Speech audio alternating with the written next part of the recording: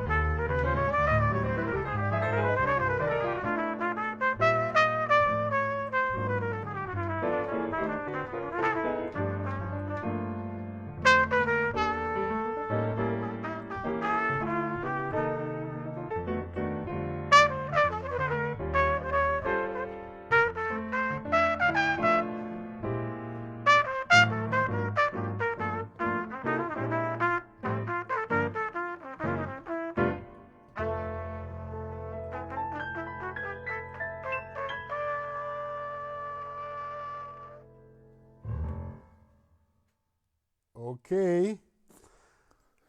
I think it's... Is the trumpet mic working okay? Yeah, so you felt what I told you. Now you were listening to the trumpet through the talkback mic. Okay. You might want to bump it up. Yeah, so wow. That was a little nice way to wake up. It's 6 something, but hands are waking up. We don't wake up until the evening. It's still prime sleeping time for us.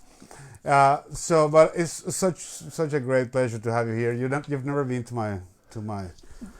my palace. No, I haven't. It's true. But I'm glad you're here. And I usually start every one of these encounters by asking a question that I think is relevant. I think people sometimes want to hear some kind of a validation of whatever they're going through, and there's no right or wrong answer to this. But when this whole pandemic hit us and this whole lockdown, some musicians had the first instinct to jump and seize the moment and start practicing more and doing this. Some other musicians got into more like maybe neutral attitude, like just waiting for it to open, and some really got into a little bit of even like a depressive state, right? Yeah. So I wanted to ask you, how have you dealt with it? Have you take advantage of the moment and work on new stuff, or how are you going through this whole matter? I'm in the depressive moment, That's the right answer. Bingo! I tried to get into my psychiatrist's office, but he wouldn't let me in there, And no, it's. I was never a practicer.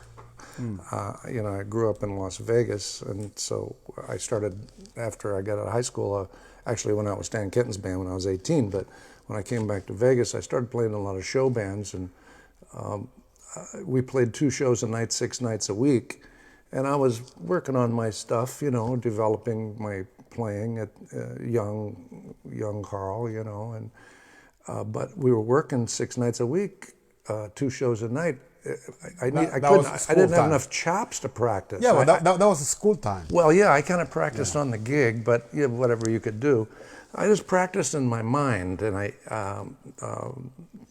just listened to a lot of good music and tried to fit it into my, I searcch for the beauty in music. I hear a lot of people playing angry, they want to show their anger, express their anger, but I think that music, especially jazz, should be beautiful, be expressing beauty and warmth, and even hard swinging. Even in the hard swinging, it's still beautiful, the lines and stuff, and that's what I was always looking for. And like I was talking to you earlier about, guys like Ornette Coleman and Don Cherry and those guys that took it out. I never liked that, because I think that drives, music is already, jazz is already a minority market. Rock and roll and country and western sell a lot of records, and jazz doesn't. And the reasons are because, we're not swinging. People don't have the fundamentals and of swinging. Get that, like Duke Ellington said, it don't mean a thing if it ain't got that swing, and he was right.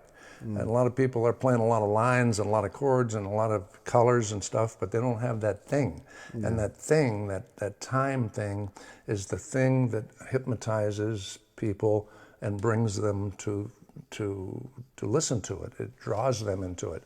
Then they can understand the chords and the lines and stuff. But if without that beat, without that feeling, they're not going to come. That's why jazz is, like rock and roll, dunk, dunk, dunk, dunk, dunk, up and down like the straight eighth beat, and it's like so easy to comprehend and listen to and understand. That's why most people listen to it. Where jazz is like you take it this way and kind of skim a rock across the water. It's like a horizontal thing. So it's a different way. So what jazz people, I think, have to do is put that boom, boom, boom, that feeling of the beat, of the real beat, and this way.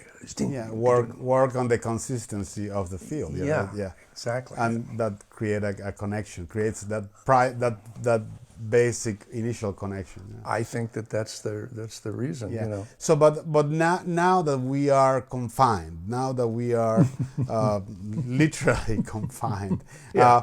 what have you been working on? I mean, have you been, since you are not a practicer, as you said, so what is your new musical world for the last 6 months? Well, I played lead trumpet with Bill Holman's band for the last 35 years, and I played lead trumpet with Johnny Mandel's band, and I played lead trumpet with a lot of bands, and I'm a time jazz lead player. And to play lead, you have to have chops. Now, this pandemic thing, I was telling some people that this pandemic is going to turn me into a jazz trumpet player, because you can't go play the high notes and you go to rehearsal and you play for 3 hours, and like you're busting your chops and you go home with sore chops. But you can't do that at home. You can't do that without a band. You can't, you don't have the impetus to do that. So I noodle around and play jazz. I happen to play jazz too, so which is the lead players in the country or in the world. Lead players are really hurting because they don't play jazz. I can pick up the trumpet and go beat up, but the lead players got to keep those hard chops going, and they can't do it in this pandemic, and it's really a drag for lead players.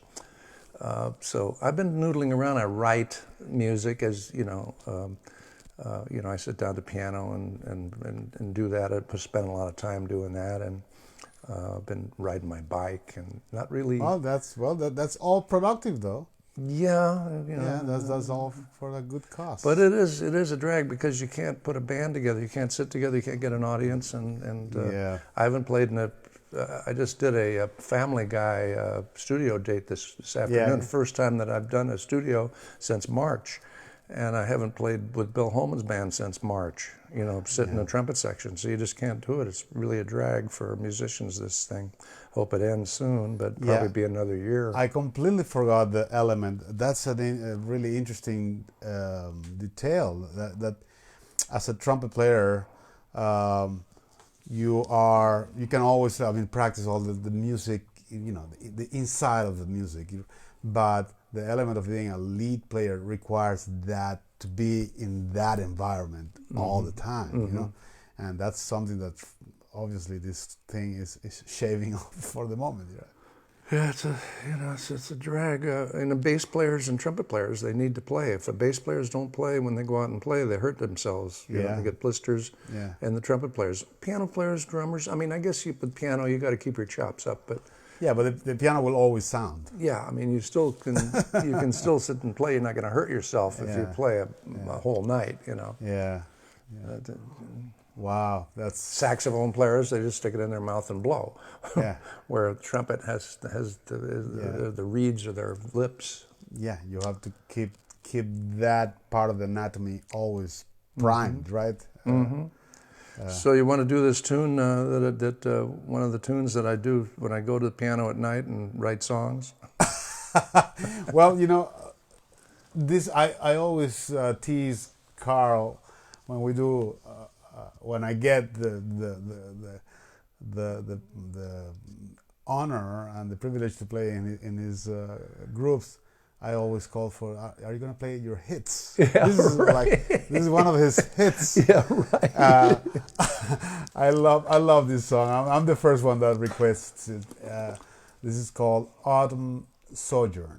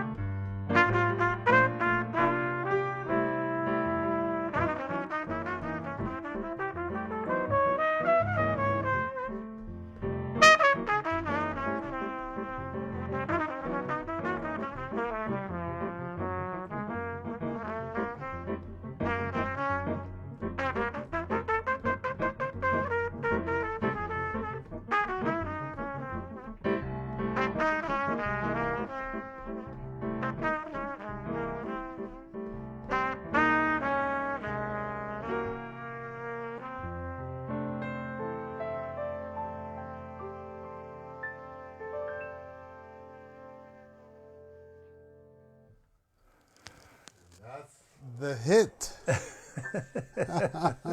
Yeah, Otmaro. Well, you have written so many. I mean, actually, this guy, check this. I mean, I'm gonna show everybody because this guy, his book. Let me see. New Jazz Standards. These are all his original music, and it's like hundreds and hundreds of Over 300. Yeah, of great original compositions by this guy, man. Come on. And I'm still trying to figure out how to put a few ones on finale on my own. Right. Well, that's of course this is a song that is a composition that is done in the vibe of a bossa nova, with that Latin feel. However, one of the, if I could squeeze your brain, and I would ask you, I mean, all out of all the things that you can teach, that are many, that element of the swing that you were talking about, that's something that perhaps is the most what's the word? Ephemeral. Sometimes it's there and then you think you have it, and it's not until you really chew it and digest it that it's really present. And so I wanted to ask you in lay terms for the non-musicians, and then maybe if you want in a little more practical way, what is your approach to swing? What is your approach with developing it? Well, swinging, like I said, Duke Ellington said, if you ain't got that swing, it don't mean a thing, and he's right. Like I said earlier about the trying to create a rhythmic feel that's got a pulse, and you can say that you want to hypnotize an audience, like when it's swinging. Back in the swing era, when bands were swinging, the audience was either dancing and feeling the beat or sitting there being hypnotized by the beat. Now, what I think, it's the Chinese water torture. It's like a thing that the Chinese used to strap someone down and then drop water on his head, and it eventually hypnotized him, and then it drives him crazy. Now, what is it that drives him crazy? Is it because he's strapped down and the water's dripping in his eye and he can't get the water out of his eye, and then finally he just gets so frustrated it drives him crazy? No. It's the timing of the drops on the forehead. Bip, bip, bip, bip. So, and it's in the same time all the time, and pretty soon it hypnotizes you. And then if you keep it up, it'll drive you crazy, and that's what the Chinese figured out. Anybody that has had a bad roof during rainy season will know that. Yeah. Well, but the roof leaks aren't in time like the Chinese water torture. You dig that? The roof leak could be blip, and wait a little while and then blip, But this is like a tempo drop, see? Yeah. And that's the tempo that drives, that first hypnotizes. Now, it's like, I ask like kids at clinics, I says, how does a hypnotist hypnotize you? And they say, they swing something, swing, get it? The hypnotist swings something in front of them, it's swinging. So what we need to do as jazz musicians is keep in mind that we can, with the beat, with the jazz beat. Now rock and roll can do it easy. Boom, boom, boom, boom, boom, boom, the straight eighth beat. That's, anybody can do that. You can get a gorilla to sit on the press of drums and go ping, ping, ping, ping, ping, ping, ping, ping. But to turn it around and go ding, ding, ding, ding, ding, ding, ding, ding, ding, ding, ding, ding, ding, ding, ding, and get that horizontal feel like the rock going across the water, and still get the feel of still you feel that basic beat. That's what we need to do. It's our responsibility as jazz musicians is to hypnotize the audience with the beat and then drive them crazy. Now, what happens is is the musicians get that beat going for a minute, but it starts to be, they hypnotize themselves and they fall asleep. It's too, no, but I mean, it's too much for them to confront, see? So they change it, so they drag a little bit because it was too much intensity for them to handle. See, you got to be, jazz musicians are doctors of swing, you know what I mean? Yeah. They should be, but most of them aren't. It's just a drag. That's the reason jazz is a minority market, is because they're not doing what I'm talking about. They're into all the chord changes, they're into all the nice lines and beautiful, you know, colors and stuff. But this beat is what makes jazz popular. And that's why it's not popular, I think, is because we're not concentrating on that tempo. And then once you keep that going, you hypnotize an audience. I've played on thing, and the audience is sitting there like with their mouths on the ground. We're just swinging, and it's just a beautiful thing. It's a wonderful thing. They're tapping their foot, and they're totally into the music because of the rhythm, not because of the music. The intellectual side, you know. Well, the intellectual side are more thinking of the chords. And exactly. Exactly. But the basic basis, foundation of the language is based on the rhythm. That's that's got to be there. And like Duke Ellington said it, and I'm totally agreeing with it. Don't mean a thing, he said. In other words, all this beautiful music, all these beautiful chords, and all these beautiful arrangements and beautiful compositions don't mean a thing. Duke Ellington said. Unless it's swinging, it's wild. Yeah. So, but okay. So that is like, well, the mother explanation, because that pretty summarizes the whole thing. Now, for the musicians that are listening right now that are trying to develop that, well, I wouldn't want to go specifically about what exercises would you do, because that would take a whole program just doing that. But I think it's important to emphasize that the ability also to, you know, I'm sure you've been in a million recordings where you are asked, okay, can you play behind? Or can you play on top? Can you play ahead? You know, is that something that you have practiced consciously, or is just something that you have acquired through years of experience just doing? Well, I think it's a natural thing. You know, I mean, some people are natural musicians and some people are unnatural musicians, but they're still musicians. I mean, I've sat next to people in bands that are like can't swing, can't play in tune, but they're still playing it for a living. You know what I mean? Sitting right next to me. You know,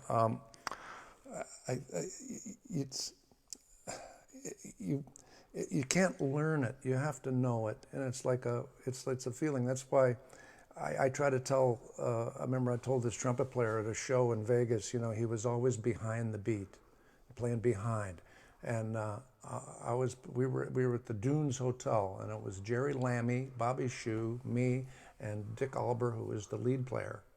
And the lead player played behind the beat, and I was always frustrated, tapping my foot, you know, and he knew that I was frustrated sitting next to him. And I kept going, and finally he turned around to me and he said, all right, tell me, what am I doing wrong? Tell me what I'm doing wrong. And so I told him, I said, Dick, you know, you're just a little behind. I said, so just get up, juice it up a little bit on top a little bit more. And he said, okay, and he tried. The next night he came in and he was rushing all over the place. So in other words, he doesn't know where it is. You know, so it's a drag that these people are professional musicians. It's just we have to work with these people. Yeah, but there's got to be a way of it's. I agree with you. I mean, hard to teach that, but there's got to be a way to acquire it, because either maybe being in the situation in which first you have to do it, and you have peers around you that will kick your ass when you don't do it, right? You know, I wish it was like that. What I tell them is stay on top of the beat without rushing. You know what I mean? It's an art, you know, because you get on top of the beat, you get that driving feeling, but you don't want to go from 128 to 129 or 130, you know, on the metronome. Metronome. You don't want to do that. You got to have it's an art. So you get on top of the beat, there's the middle of the beat, there's the bottom of the beat. A lot of, like, Count Basie's band used to sit in the bottom of the beat, but they were still in the beat. They weren't dragging, but they were sitting down in the bottom of the beat, but still within 128 or whatever the number was.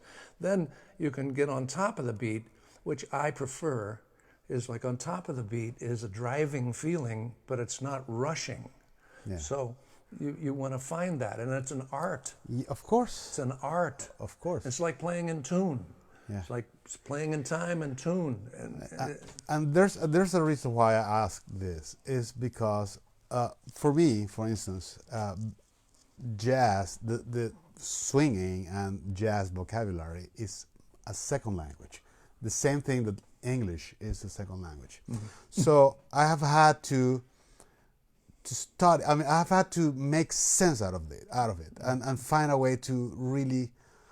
I mean, besides feeling it, I have to also know why it works. Why? Because, I mean, if I keep repeating the slang that I learned in the street, talking, I'm gonna be forever slave of having to say that.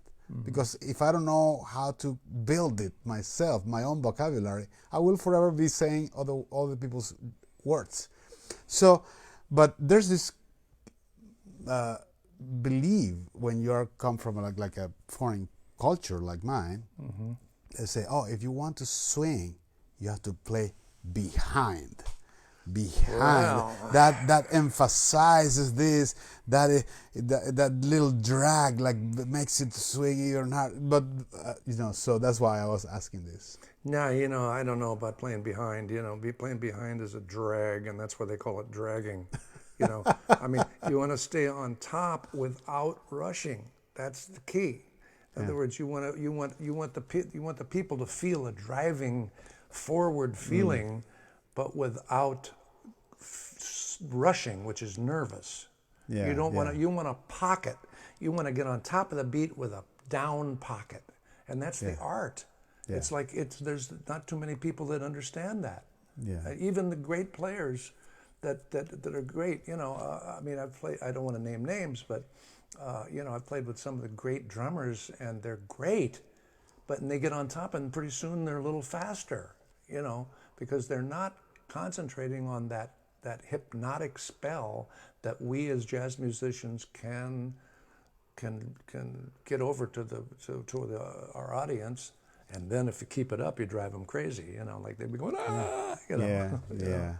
I mean, that's why clicks. In the studio they put the click on. People say, "Oh, the click. Oh no." I love the click. Because the click is right in there. Me too. And so it sounds tick, tick, tick, tick, but you want to smooth it out. And make it sound organic. Yeah.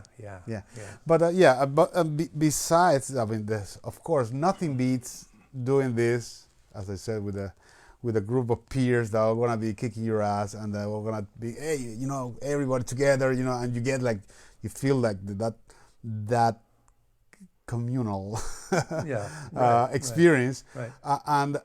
But nowadays, for those of you who have digital workstations, it's easier than ever. If you don't have this opportunity to play with a lot of people, it's easier than ever to record yourself and actually see how your time, with how much percentage your time is with regard to the beat.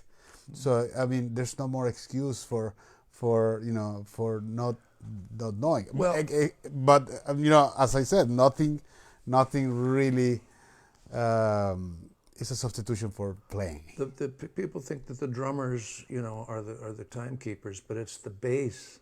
The bass is the basis. That's why they call it the bass. It's the basis of everything. That's the pulse. Now, the drummers have to play with the bass. The drummers think that they're the timekeepers, but no, it's the bass player. And and if you don't have a good bass player, you're in trouble. It's like, that's it. What are you gonna do? Who we gonna get? Wonderful, man. Well, as I said, I'm gonna put this up here because. Of course, I want to make sure that we can make up for Carl's time and really, so I put the donations information there on screen. As I said, if you're a musician, even if we don't talk, you will be learning a lot of stuff. Just listening to Carl. And if you are a lay person, people with in full mental capacity, because musicians were all crazy. So if you are totally sane civilian, still you're getting some entertainment even without the music. Yeah, right. Yeah. So we're gonna play another tune. Let's do that. Is you or no one? Okay. Yeah.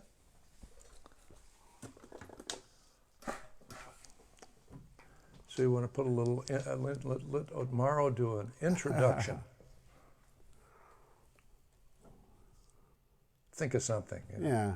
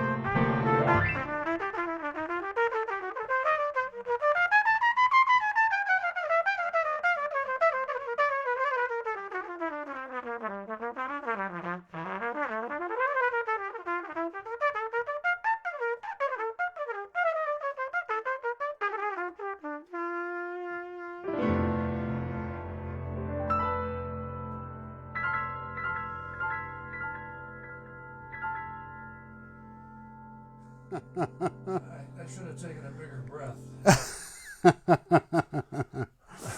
Wow.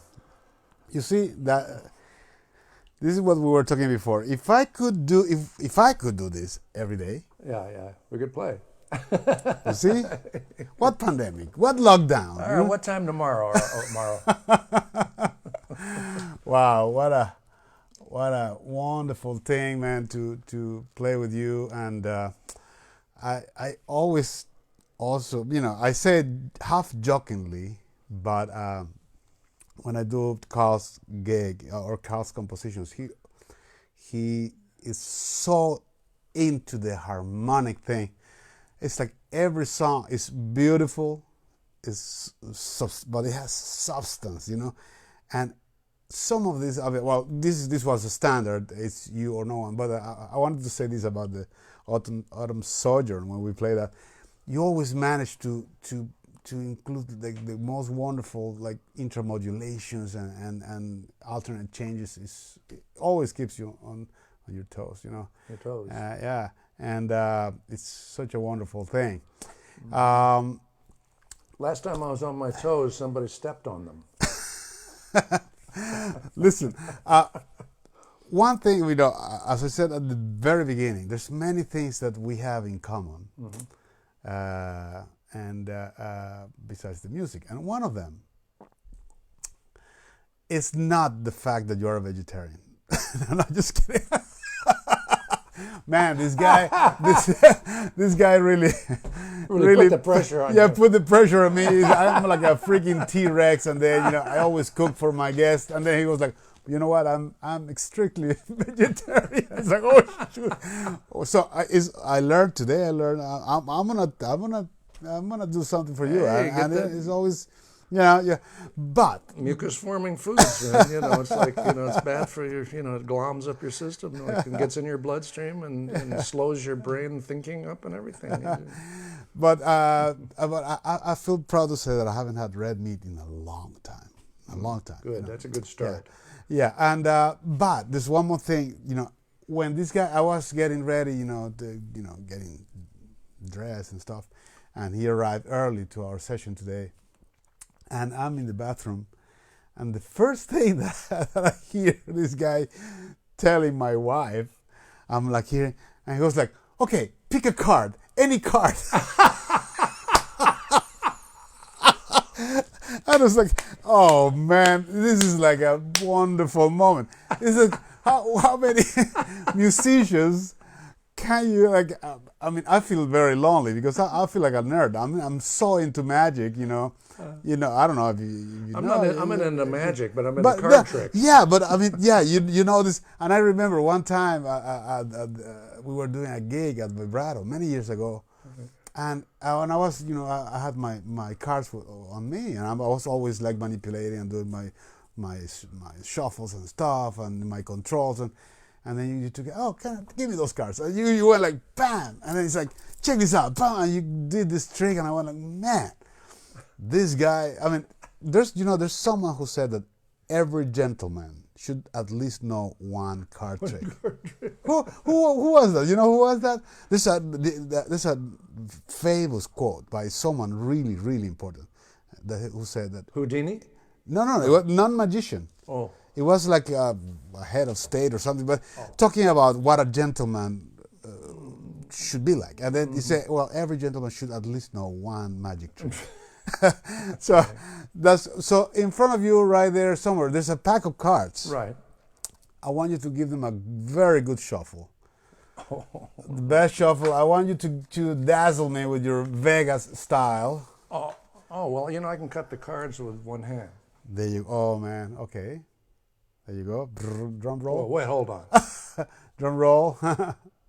Oh, wait a minute. These cards are like funny. Well, yeah. There we go. Yeah, this streaming is going to be 4 My hours. hands- 4 hours long. My hands are sweating. You see, there it is. Okay. There it is. My hands are sweating, and it's like locking these cards. All right, forget it. Okay. Yeah, we're going to be here for 4 hours today. Yeah, try it. Sorry I said anything. My hands are all sweaty because you don't have any air conditioning in this room. Oh, Is it? Do you want me to pump it there? I totally forgot about that. Yeah, it's all right. It's kind of late now, you know. It's like, Okay. You know, trumpet players, you know, if I just sit there and twiddle my fingers for a living, you know, come on over here and huff and puff a while. So now that they're shuffled, take 3 random cards. Don't look at them. You just you know. Okay. Out of this deck? Yeah. With the holes in them? Take them out? Yeah. Take them out? Yeah, 3. Only 3. Okay. Okay? All right. Cool. So I have a questionnaire here of 52 questions. So we're gonna go really random. Wait a minute, there's only 49 left. So, what's the first card that you picked? 5 of diamonds. 5 of diamonds. Oh man. Okay. So as I said, some of these questions are fun. Some are a little more serious. Some are. So feel free to say I'm not going to answer to that. Okay. Feel free. Is there? I mean, these are questions, by the way, that I've always asked myself, and I always ask the kind of questions I would love to ask anybody that I admire. Okay. Right. So is there really a East Coast versus West Coast thing in jazz? Have you ever felt it? I don't know whether it's competition, but you know, it's been kind of. I don't know about now, but back in the day, you know, New York had all the, you know, everybody, all the hot shots went to New York, and the kind of West Coast. It was like a West Coast thing, but I think there's people in Iowa that can swing. Yeah. It's just you got to find them. But yeah, I think there was a little difference. There was more happenings. As you know, you live in LA. We both live in LA. Yeah. You know, there's a jazz club here and there. There's this and that, and it's so spread out. Yeah. Where New York is all climbed into a big city, and there's like action and stuff, and there's more jazz going on. There's more. In every country, there's like at least 2 main cities that have that rivalry. Like for instance, in Spain, for instance, is Barcelona and Madrid. I mean, they say, oh, the music in Barcelona, no, the music in Madrid, the music. Yeah. Or in Italy, it's Milan, Rome, Milan, Rome. You know. So, but I always heard about the West Coast and East Coast thing, you know, and. Yeah, well, they said the West Coast was a little more, you know, gay jazz, you know, and New York was hardcore swinging, you know. But I don't know about now, but I never went to New York. I was lived in Vegas, and we called ourselves the Desert Coast, and we had some very good players in Vegas. Well, you yeah, know, with Carl Fontana, there was some guys that you don't know.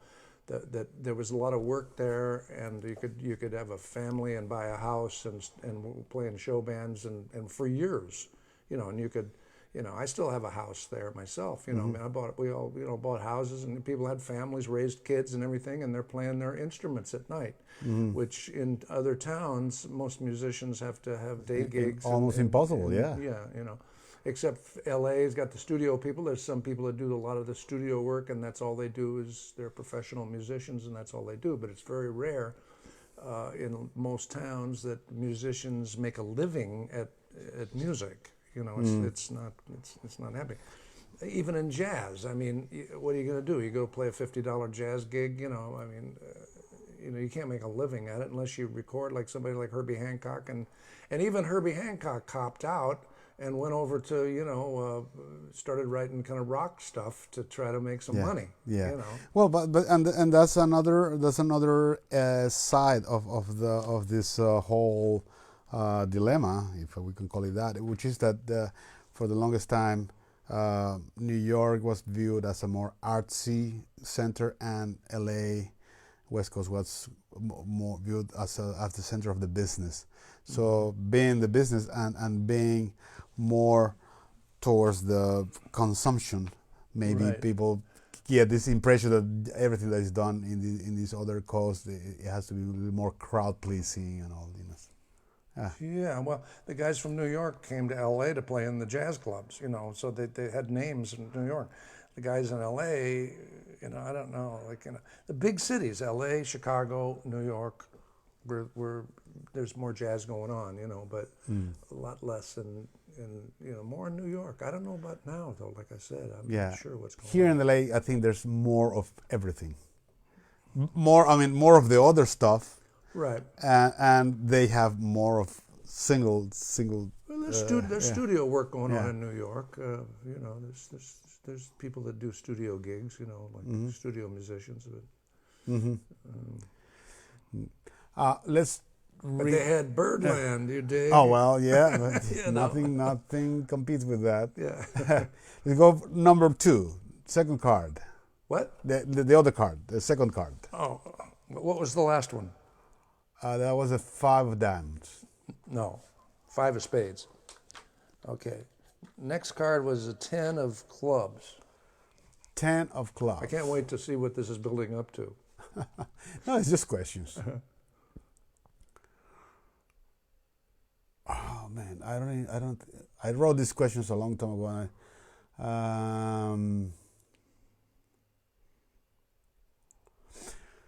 Okay, this is a profound one. It could be as profound as you want to make it. Okay. But ideologies aside, this is not about ideology or politics or anything. Yeah.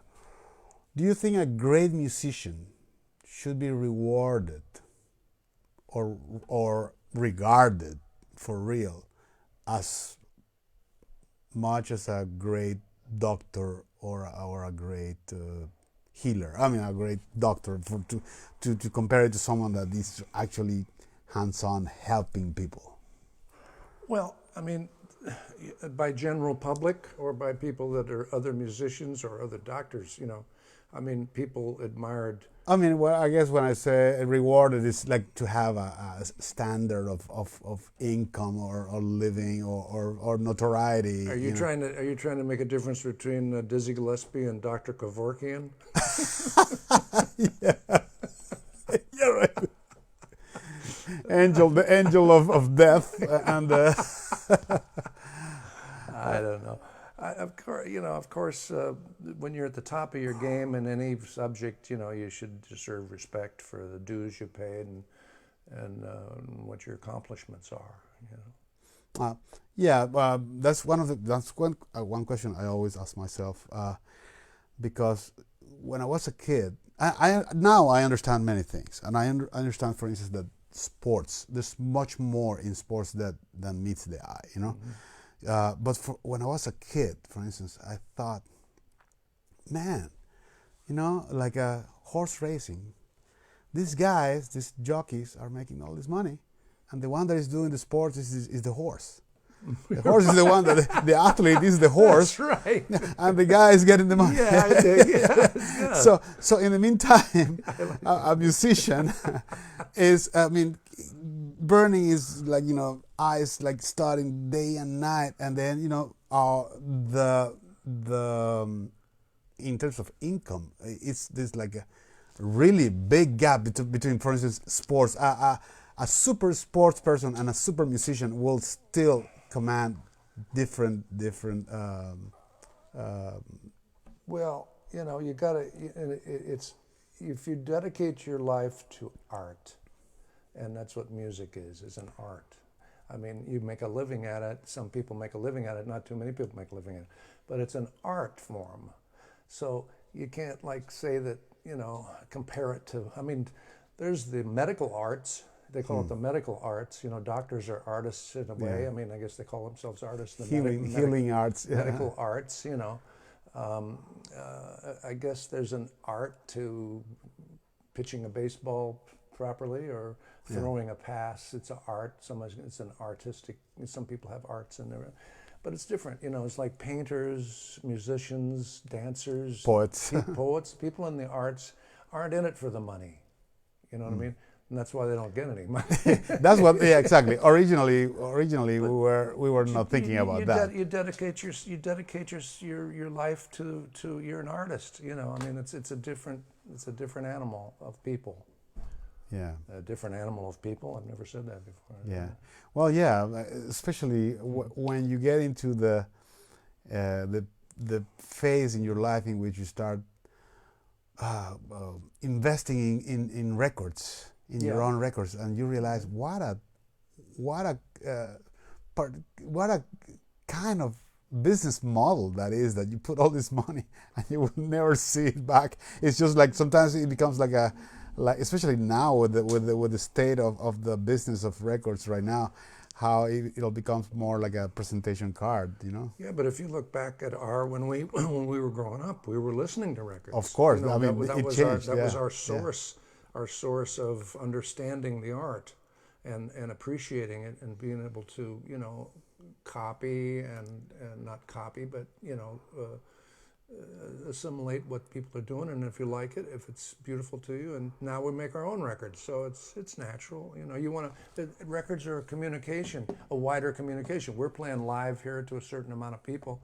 Records, they go all over the world. You know, you're communicating to people. You know, that's why if you put out a good one, it becomes a hit. Well, like exactly. you know, then Dave Brubeck comes along, you know, and ruins everything.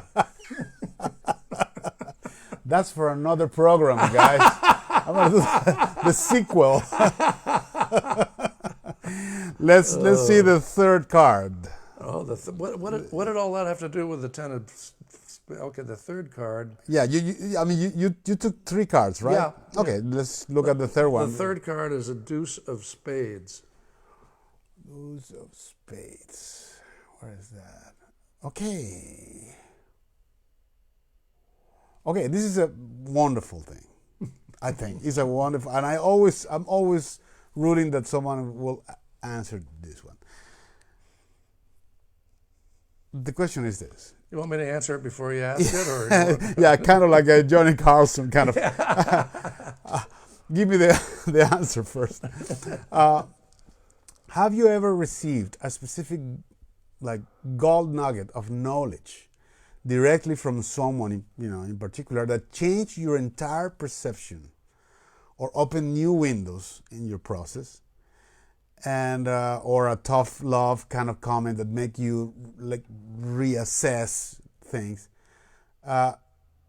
that have made you like really like change, really make a change in your way of playing? Well, I would say that a whole bunch of people made a bunch of little changes.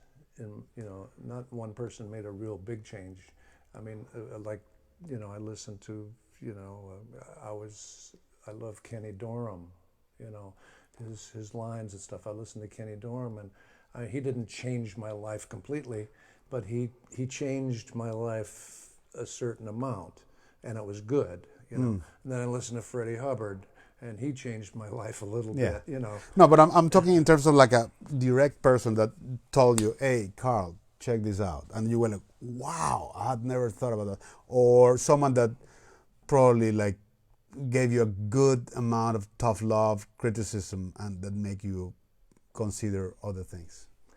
Well, you know, not like, I think my answer is still what I just said. It's like, I think I got a lot of different of those, except smaller increments, and like a lot of wide things. That's why, you know, it's like, instead of having one person change my life, you know, a lot, I just had a lot of different people, you know, singers. You know, I listened to Barbra Streisand. She sang so in tune. I mean, only when she sang straight tone. You know, she's got that vibrato of hers. I don't like vibratos. I think vibrato is wiggles the tune. You're going in and out of pitch. Vibratos, I can't stand them. People should sing in tune, and if you're using a vibrato, you're not in tune, and that's the fact. But there's some records that Barbra would, one track, she'd sing straight tone. She'd go, and I got chills going down my arm. Like, you know, I listened to the other tracks and with her vibrato, and it, you know, okay, you know, it's like she's looking for more of a commercial thing, you know. But when she goes straight tone, she was so in tune that it hurt my ears. In other words, there's that center of the pitch where no one lives. You know what I mean?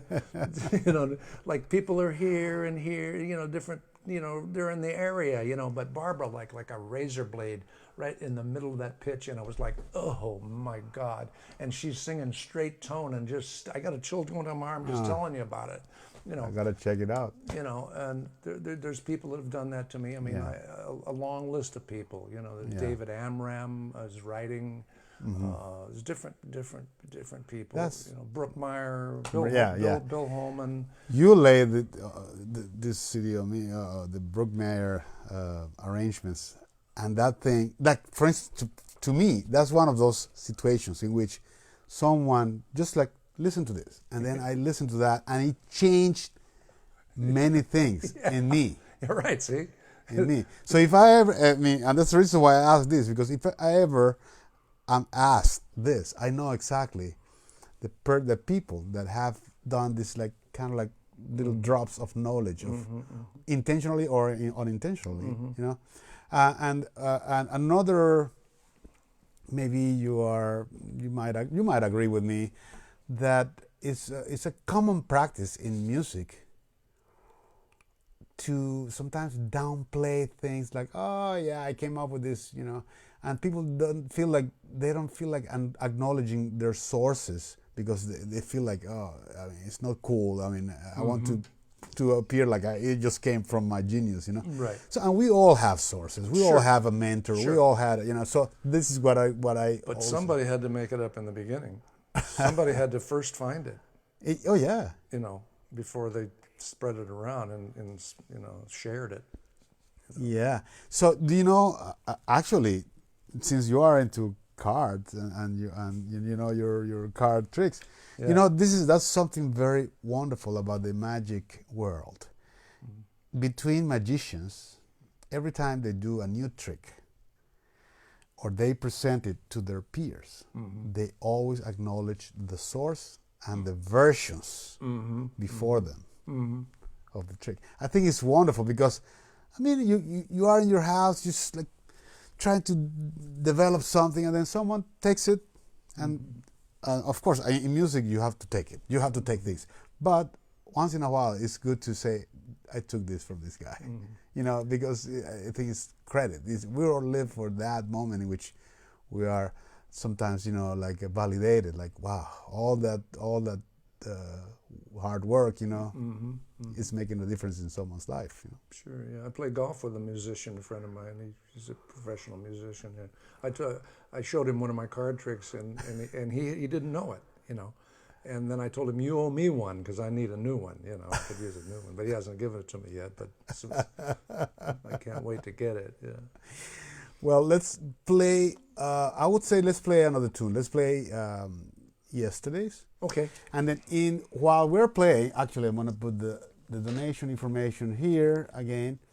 And while we're playing, all of you guys that are listening and musicians that have any relevant questions, maybe this is the right time to write them down in the comments, and we will make sure to at least to get to one or two of them at the end of this song. Okay? So this is Yesterday's.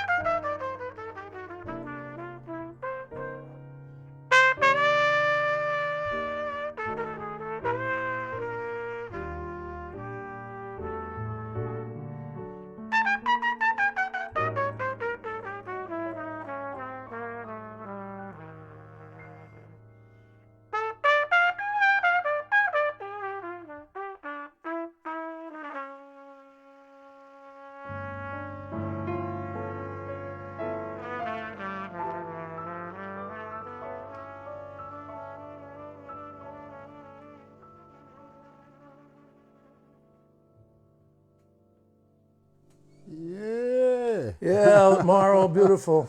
I'd like to always love the Bill Holman arrangement of Yesterday's classical tenor solo that Bill Perkins originally did in 1955, and we still play it with Willis's band today. It's still as modern as you know. Of course, there's some tunes that you get tired of, and then some tunes you never get tired of. You know, they're just too good. You know? You just play play it every night. I don't care. Yeah, I love this song too. Well, it seems like we have questions. Let me see. Unbelievable. Yeah, we have. Yeah. Geez, but we have any answers? You know. One question a long time ago. I don't know if because I missed part of the conversation here. Yeah. They're asking how it's Joanne Gilbert who is asking how did you guys meet? How? Oh wow. Question about how did we meet?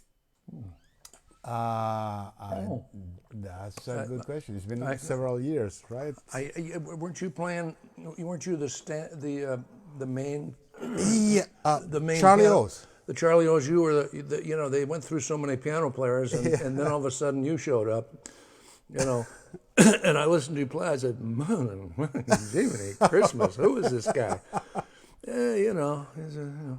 Yeah, that was. And I was using Christian on most of my things, and with the sextet and stuff, and Yeah. I always considered Christian, who is a monster. I always considered him a Mercedes-Benz of piano players. Yeah. you Oh know, yeah. you know what I Totally. mean? Totally. I'm And a big fan. and then big Christian couldn't make it one time, and I got you to come in with a sextet or with a fan. Yeah, quartet. it was like that. And I remember we were playing a tune. I think it was with the sextet and with Jerry Pinner and Whitfield, and you're over there playing, and all of a sudden you're like playing some stuff, and we're like sitting there, hypnotized by it. And then you went into a Bach fugue on the changes, like da ba da ba da dee da ba da da da ba dee, just our hands and stuff. Then our jaws even went farther on the floor. We're going, So after that, I mean, Christian, I love him, and I consider, like I said, Christian, he's the Mercedes-Benz of piano players, but then I always said that you're the Maserati of piano players. I'm okay being a Honda Civic. Reliable. Compact and reliable. You dig? Yeah. No, I'm a big fan of Christian. Actually, he was doing some Christian's streaming series of concerts. He's And over unlimited yes, things. yeah, and imagination and knowledge. I love him. During this pandemic, actually, we were involved in 2 different projects together from Europe. They assembled this group of pianists. A couple of foreigners, Yeah, and then they had a piano player from Germany, from France, from there, and then from LA, a couple of times. Christian and me, and I think Tamir Hendelman also was part of that. Yeah, he's bad. Yeah. So Christian is always. Well, I mean, to say, I mean, I was kind of doing kind of a comparison of you and Christian, but it's like I've talked to people about this before, but with you and Christian, and it comes up to like, well, who do you like, bird or train? You know what I mean? What are you going to say? Oh wow! Well, I feel extremely flattered. But to me, that was a very interesting. It's just wondering who's bird and who's train between the two of you. See, who's going to take? It was a very interesting time. While I was in this house band at Charlie O's. Right. Because we had to play. I think that's how we met. It was there, and we had all these guests every week, and we had to play so much repertoire, and that was one of my. When I moved to LA, I was doing that every night, and I used to have a gig like 6 nights a week. I remember, then I arrived here, and I never played the tunes. Until I got that job, until I played at that job, and all of a sudden it's like I have to remember all these songs. It's like, I swear to God, like we used to play standards and you didn't know it. You didn't know the tune, but you figured it out. In other words, I was playing and I'm going, oh shit, fucking Otmaro, he doesn't know this tune, But after a couple of choruses, you knew it. You just like you rocked it, as they say. Also there's, like for instance, this happened also through my experience with my wife and Brazilian music. What for us here in the United States is Brazilian standards. Over there, they don't even listen to them. You see? So what for us in Latin America are jazz standards are different titles, are other titles, So when I arrived here and I was supposed to, I was like, what? It's like, what is that? Really? So I knew like some of these tunes I had played in the past, or I knew them, but I didn't know the titles, and it was really embarrassing.